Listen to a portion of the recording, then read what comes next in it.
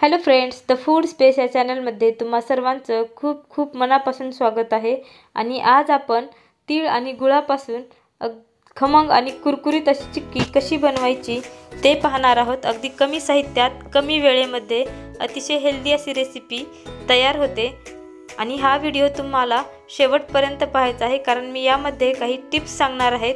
चला तर मग आपण रेसिपीला सुरुवात करूयात। इथे मी कढईमध्ये 1 वाटी तीळ घेतलेले आहेत। तीळ आपल्याला स्वच्छ घ्यायचे आहेत आणि आता आपण ते तीळ खमंग होईपर्यंत भाजणार आहोत आणि छान फुलेपर्यंत आपल्याला तीळ भाजून घ्यायचे आहेत।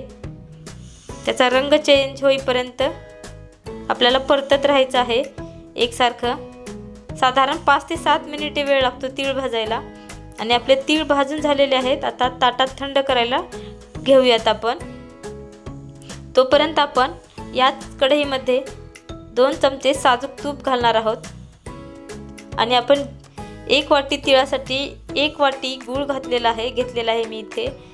हे अगदी अचूक प्रमाण आहे। आणि आता हा गूळ आपण मेल्ट होईपर्यंत याला परतून घेणार आहोत। गुळाचा पाक आपल्याला तयार करताना खूप काळजीपूर्वक करायचा आहे, नाहीतर आपली चिक्की ही मऊ होऊ शकते। आपल्याला पाक बनवताना थोडासा कडक बनवायचा आहे, जेणेकरून आपली चिक्की मऊ होणार नाही। आणि आपला गुळाचा कलर देखील चेंज झालेला आहे, त्याला थोडासा फेस देखील वर आलेला आहे। आता आपण हे एका वाटीत पाणी घेऊन चेक करायला घेऊया त्याची गोळी टाकून। आणि हे बघू शकता तुम्ही, याला बाहेर काढल्यानंतर थोडंसं गार झालं की हे एकदम कडक झालेलं आहे, म्हणजे आपला पाक हा तयार झालेला आहे। आणि आता या स्टेजला यामध्ये आपण भाजलेले तीळ घालणार आहोत। तिळगुळाची चक्की तयार करताना आपल्याला गुळाचा पाक अतिशय काळजीने करावा लागणार आहे, कारण तो पाक जर आपला मऊ झाला की पूर्ण चक्की आपली ही मऊ होते। त्यामुळे थोडासा आपला पाक हा कडक घ्यायचा आहे आपल्याला। आणि आपला पाक तीळ आणि गुळाचं मिश्रण हे गार झाले की आपण याला पोळपाटावर काढणार आहोत। तुम्हाला हवा असल्यास तुम्ही एका ताटात किंवा प्लेटात देखील याला टाकू शकता।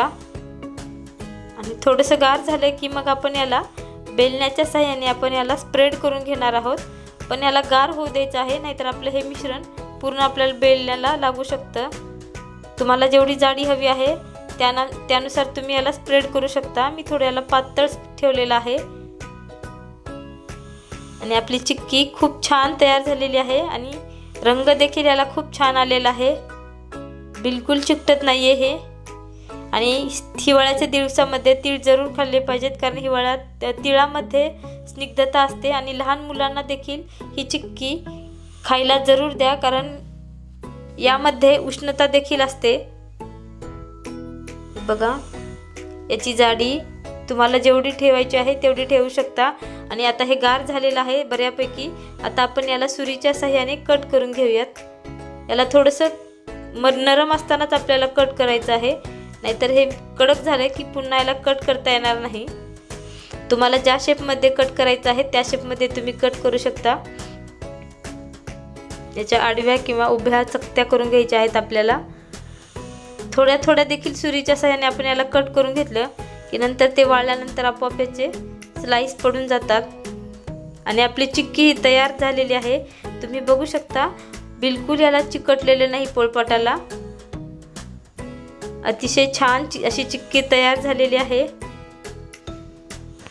हे आणखीन थोडंसं नरम आहे, याला सेट व्हायला साधारण एक अर्धा ते 1 तास लागतो। आणि सुंदर कुरकुरीत आणि कडक अशी चिक्की आपली तयार झालेली आहे। आता आपण याला पूर्ण याच्या स्लाइस काढूयात। हे बघा, बिलकुल चिकटलेलं नाही, कारण आपला पाक हा व्यवस्थित झालेला आहे। पाक जर आपला थोडासा मऊ राहिला की मग चिक्की देखील आपली मऊ होते। यासाठी आपल्याला पाक हा थोडासा कडक घेणे खूप गरजेचे आहे। आणि आपली चिक्की ही बनवून तयार आहे।